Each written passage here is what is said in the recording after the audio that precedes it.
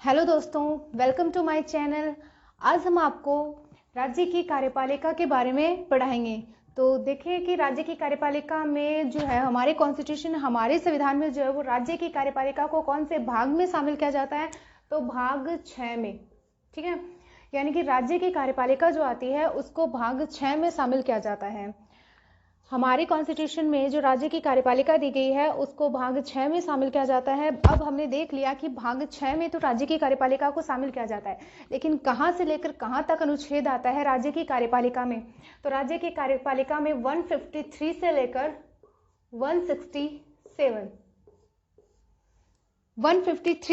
167 तक जो है वो राज्य की कार्यपालिका में आर्टिकल्स आते हैं, अनुच्छेद आते हैं। ठीक है, यानी कि हमने देखा कि हमारे संविधान में, हमारे कॉन्स्टिट्यूशन में राज्य की कार्यपालिका जो आती है उसका उल्लेख जो आता है वो भाग 6 में देखने को मिलता है।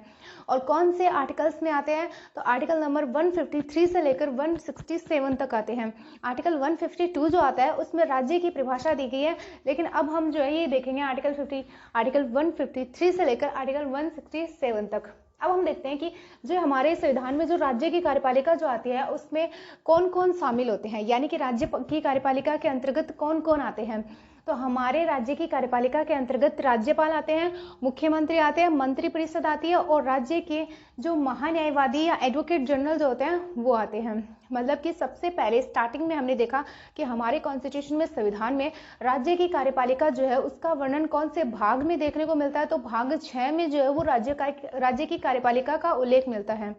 फिर हमने देखा कि भाग 6 में तो हमने देख लिया कि राज्य की कार्यपालिका का उल्लेख हमें देखने को मिलता है, लेकिन हमने देखा कि आर्टिकल्स कौन से आते हैं, तो आर्टिकल 153 से लेकर 167 तक जो है वो राज्य की कार्यपालिका के लिए आर्टिकल्स आते हैं।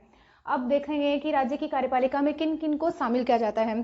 तो राज्य की कार्यपालिका में जो है वो राज्यपाल को शामिल किया जाता है, मुख्यमंत्री को शामिल किया जाता है, मंत्री परिषद को शामिल किया जाता है और राज्य के महान्यायवादी एडवोकेट जनरल को शामिल किया जाता है।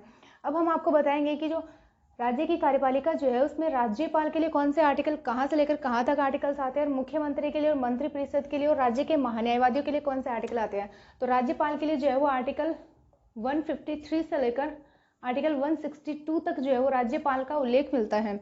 यानी कि आर्टिकल 153 से आर्टिकल 162 तक जो है वो राज्यपाल के बारे में बताया गया है। उनके प्रावधान, उनके वेतन, उनकी नियुक्ति, उनके पेंशन, उनके जितने भी कार्यकाल, उनकी योग्यताओं के संबंध में जितने भी प्रावधान किए गए वो आर्टिकल 153 से लेकर आर्टिकल 162 तक किए गए हैं।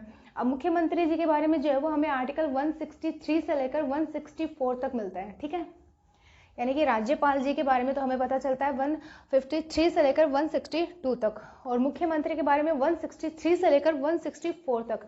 इसमें जो वो हमें मंत्री परिषद के बारे में भी पता चल जाता है।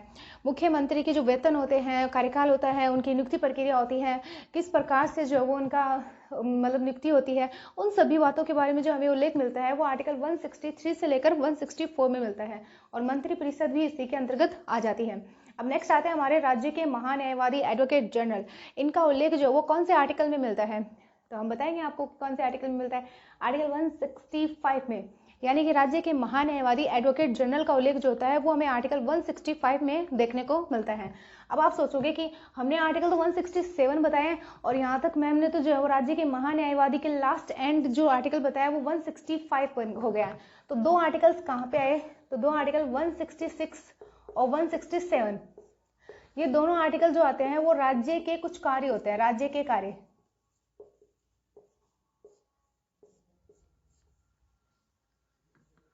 यानी कि business state to the government, राज्य के कार्यों के बारे में उल्लेख जो होता है वो में आर्टिकल 166 और आर्टिकल 167 में मिलता है। ठीक है, इन दोनों आर्टिकल्स में राज्य के कार्यों के बारे में बताया गया कि राज्य के क्या क्या कार्य होंगे, उसके संबंध में बातें जो है वो हमें आर्टिकल 166 और 167 में बताया गया है राज्यों के कार्य के बारे में। तो अब हमने देख लिया कि जो हमारे राज्य की कार्यपालिका जो थी उसको भाग 6 में शामिल किया गया। भाग 6 में उसका उल्लेख मिलता है। अनुच्छेद कौन सा आता है, अनुच्छेद 153 से लेकर 167 तक आते हैं। उसके बाद में राज्य की कार्यपालिका में किन किन को शामिल किया जाता है, तो राज्यपाल को शामिल किया जाता है, मुख्यमंत्री को शामिल किया जाता है, मंत्रिपरिषद को, राज्य के महान्यायवादी को शामिल किया जाता है। राज्यपाल के लिए जो आर्टिकल आते हैं वो 153 से 162 तक आते हैं। मुख्यमंत्री के लिए जो आते हैं वो 163 से 164 आता है। मंत्रिपरिषद जो आता है वो भी मुख्यमंत्री से जो आर्टिकल्स आते हैं उनमें से हो जाता है। राज्य के महान्यायवादी जो आते हैं उनके लिए आर्टिकल होता है 165, 166 और 167 में जो है वो business state to the government, राज्य के कार्यों के बारे में जो है वो बताया जाता है। अब हम पढ़ेंगे राज्यपाल के कुछ आर्टिकल्स, ठीक है। यानी आज हम अपना जो है वो फर्स्ट टॉपिक रखेंगे राज्यपाल, और इसमें जो है वो हम देखेंगे कि सबसे पहले राज्यपाल के जितने आर्टिकल्स हैं जो कि इंपॉर्टेंट है, जो कि हर एग्जाम में जो है वो पूछे जाते हैं, तो वो आर्टिकल्स जो है वो हम देखेंगे शॉर्ट तरीके से देखेंगे ट्रिक की सहायता से, ठीक है। तो पहले हम देखते हैं राज्यपाल अनुच्छेद 153। अनुच्छेद 153 में जो है वो हमने देखा था कि राज्यपाल का जो उल्लेख जो है वो कौन से कहां से लेकर कहां तक आर्टिकल्स में किया गया है, तो 153 से लेकर 162 तक जो है वो हमें राज्यपाल देखने को मिलते हैं, जिनमें से हम इंपॉर्टेंट जो आर्टिकल्स आते हैं जो कि जिनसे कंपटीशन के हर एग्जाम में जो वो क्वेश्चन बन जाते हैं उनके बारे में पढ़ेंगे आज, ठीक है। अब आता है आर्टिकल 153, उसमें जो है वो राज्य का एक राज्यपाल होगा। यानी कि आर्टिकल 153 जो आता है उसमें राज्य का एक राज्यपाल होगा, यानी कि राज्यपाल के पद के बारे में जो है वो आर्टिकल 153 में बताया गया है, ठीक है। आर्टिकल 153 में क्या बताया गया है कि राज्य का एक राज्यपाल होगा। राज्यपाल के पद के संबंध में जो प्रावधान किए गए हैं वो में आर्टिकल 153 में किए गए हैं। जैसे कि अगर हम सेंटर पे देखें तो हमारे आर्टिकल नंबर 52 जो आता है उसमें मतलब केंद्र का राष्ट्र का एक राष्ट्रपति होगा।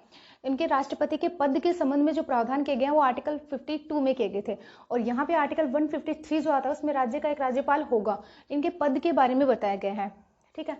और आपको एक और बात बताएं कि 1 नवंबर 1956 को राज्य पुनर्गठन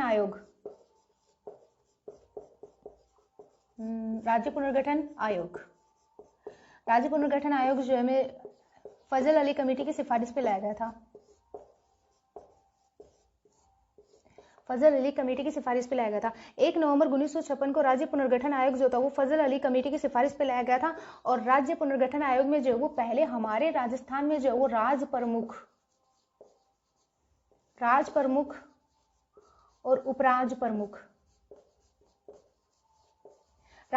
और उपराज प्रमुख के पद हुआ करते थे। यानी कि राज्यपाल को किन नामों से जाना जाता था, तो पहले जो है वो राज प्रमुख और उपराज प्रमुख कहा जाता था, लेकिन 1 नवंबर 1956 को राज्य पुनर्गठन आयोग की सिफारिश पे जो है वो राज प्रमुख और उपराज प्रमुख के जो पद जो थे उनको समाप्त करके, पद तो समाप्त नहीं किए, राज प्रमुख और उपराज प्रमुख का नाम बदलकर उनका नाम राज्यपाल कर दिया गया है, ठीक है।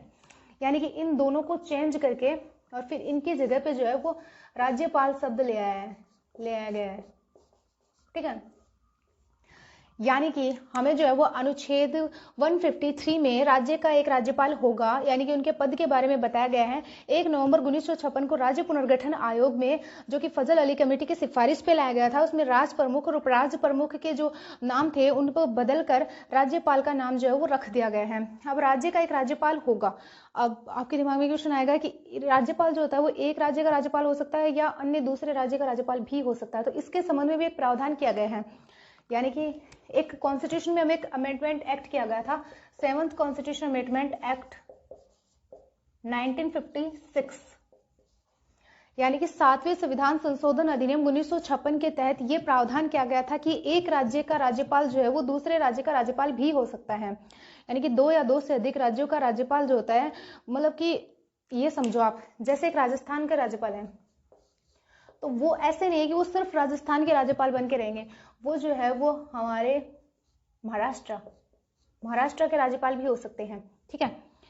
यानी कि एक राज्यपाल जो है वो 2 या 2 से अधिक राज्यों का राज्यपाल भी हो सकते हैं। ये हमें जो है वो आर्टिकल 153 में जो है वो बताया गया है। 7वें कॉन्स्टिट्यूशन अमेंडमेंट एक्ट 1956 के तहत ये प्रावधान किया गया था या जोड़ा गया था, ठीक है, आपको पता चल गया है कि जो आर्टिकल 153 जो आता है उसमें राज्य का एक राज्यपाल होगा, इनके पद के बारे में बताया गया है। फिर 1 नवंबर 1956 को राज्य पुनर्गठन आयोग फजल अली कमेटी की सिफारिश पर लाया गया था। उसमें राज्यपाल और उपराज्य प्रमुख यानी कि राज प्रमुख और उपराज्य प्रमुख के पद को या उनके नाम को बदलकर राज्यपाल के नाम को सर्जित किया गया था। फिर 7वें कॉन्स्टिट्यूशन अमेंडमेंट एक्ट 1956 में हुआ था। उसमें यह कहा गया कि एक राज्यपाल जो है वो 2 या 2 से अधिक राज्यों का राज्यपाल भी हो सकता है। ये हमें कौन से संविधान संशोधन में बताया गया था? तो 7वें कॉन्स्टिट्यूशन अमेंडमेंट एक्ट 1956 में बताया गया था। ठीक है, ये याद रखना आप, क्योंकि ये क्वेश्चन बन जाता है कि कौन से मतलब संविधान संशोधन में जो है वो राज्यपाल के संबंध में प्रावधान ये किया गया है। तो हमने देख लिया कि अनुच्छेद 153 जो आता है उसमें राज्यपाल के पद के संबंध में प्रावधान किया गया है। अब हम नेक्स्ट आर्टिकल देखेंगे, आर्टिकल नंबर 154 यानी कि आर्टिकल 154। आर्टिकल 154 में जो है वो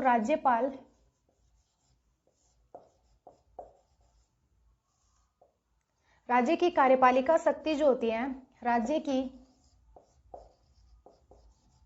कार्यपालिका शक्ति राज्यपाल में निहित होंगी। यानी कि आर्टिकल 154 जो आता है उसमें ये कहा गया है कि राज्य की कार्यपालिका शक्ति जो होती है वो राज्यपाल में निहित होंगी। आपने देखा है कि राष्ट्रपति जी के बारे में कहा गया था कि आर्टिकल 53 जो आता है उसमें कि संघ की कार्यपालिका शक्ति जो होती है वो राष्ट्रपति में निहित होंगी, लेकिन उसमें एक फैक्ट और मिलता है आर्टिकल 53(1) जिसमें कि राज्य की मतलब राष्ट्र की कार्यपालिका शक्ति, संघ की कार्यपालिका शक्ति जो है वो राष्ट्रपति में निहित होंगी, लेकिन उन शक्तियों का प्रयोग राष्ट्रपति स्वयं या अपने अधीनस्थ अधिकारियों के माध्यम से कर सकता है। वैसा ही प्रावधान जो है वो हमारे राज्यपाल के संबंध में भी किया गया है कि मतलब ये कहा गया है कि राज्य की कार्यपालिका शक्ति जो है वो राज्यपाल के पास में होंगी, लेकिन उन शक्तियों का प्रयोग राज्यपाल स्वयं या अपने अधीनस्थ अधिकारियों के माध्यम से भी कर सकता है। यानी आर्टिकल 154 जो आता है उसमें कहा गया है कि अपने और इन शक्तियों का प्रयोग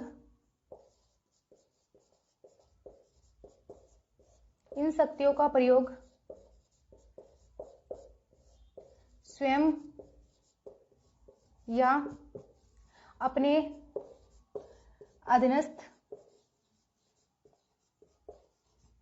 अपने अधीनस्थ अधिकारियों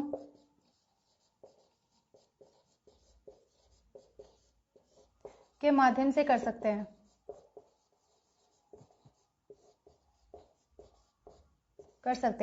जैसे कि आपको पहले जो है वो राष्ट्रपति के संबंध में बताया था कि आर्टिकल 153(1) जो आता है, क्लोज 1 जो आता है, यानी कि आर्टिकल 153 क्लोज 1 जो आता है उसमें राष्ट्रपति संघ की कार्यपालिका शक्तियों का प्रयोग राष्ट्रपति स्वयं या अपने अधीनस्थ अधिकारियों के माध्यम से कर सकते हैं। वैसे ही जो है वो राज्यपाल के संबंध में प्रावधान किया गया है कि वो उन शक्तियों का प्रयोग स्वयं या अपने अधीनस्थ अधिकारियों के माध्यम से कर सकते हैं।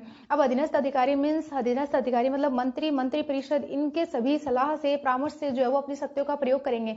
जैसे कि राष्ट्रपति जी जो होते हैं वो प्रधानमंत्री जी और हमारे जो ये जो आते हैं केंद्र के जो आते हैं, सरकार जो आती है, उनके संबंध में जो बातें आती हैं वो राष्ट्रपति से अधीनस्थ अधिकारी होंगे और ये जो है वो हमारे राज्य के अधीनस्थ अधिकारी होंगे। यानी कि आर्टिकल 154 में बताया गया है कि राज्य की कार्यपालिका शक्ति राज्यपाल में निहित होंगी।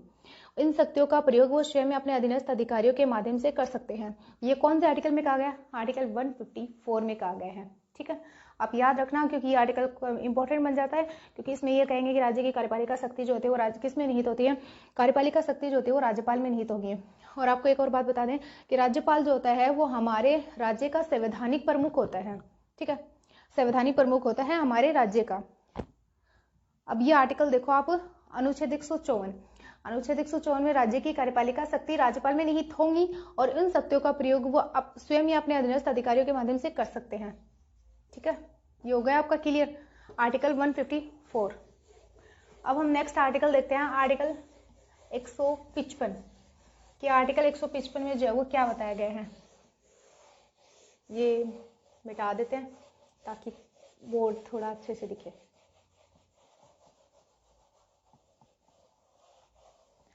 नेक्स्ट आर्टिकल देखते हैं हम, अनुच्छेद 155 में राज्यपाल की नियुक्ति।